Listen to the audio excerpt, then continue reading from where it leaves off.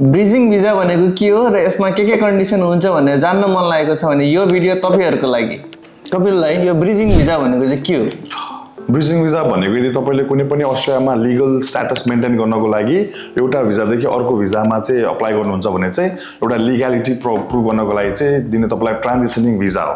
भन्न खोजेको एउटा भिजादेखि अर्को भिजाको पुल एक्ज्याक्टली नामले भन्छ नि bridging visa, bridge between two visas. अब यो भिजामा चाहिँ के कन्डिसन्सहरु हुन्छ त? अब भिजाजहरु भनेको चाहिँ धेरै कन्डिसन भन्ने भन्दा पनि ब्रिजिङ भिजाहरु धेरै त प्रकारका हुन्छन्, धेरै क्लासिफिकेसन भनौं A B C D E। अस्ट्रेलियामा भएको ब्रिजिङ भिजा चाहिँ योहरुमा हुन्छ।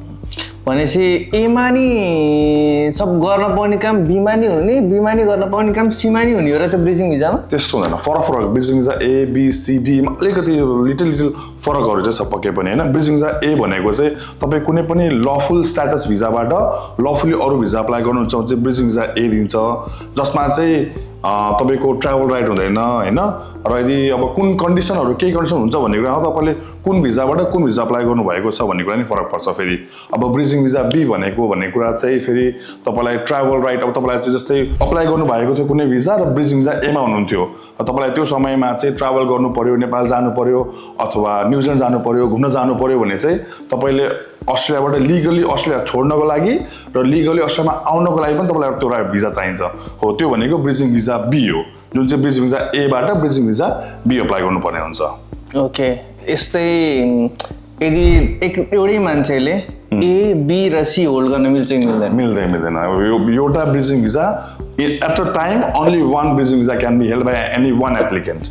त्यही भएको भएर यदि तपाईले A होल्ड गर्नु भएको छ भने B होल्ड गर्न मिल्दैन र B होल्ड गर्नु भएको छ भने C होल्ड गर्न मिल्दैन। एनी टाइम एउटा मात्र भिजा चाहिँ एक्टिभ हुन्छ।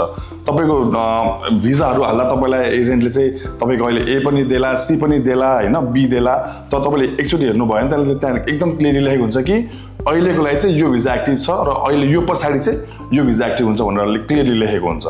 जस्तै कपिललाई ब्रिजिङ भिजा चाहिँ कहिले एक्टिभ आउँछ? मैले चाहिँ अर्को पनि एड गरिहालेँ क्वेशन्स। मेरो 190 इन्भिटेसन आयो, मैले भिजा हालेँ ओके भने मेरो ब्रिजिङ भिजा एक्टिभ भोलिबाटै हुन्छ त?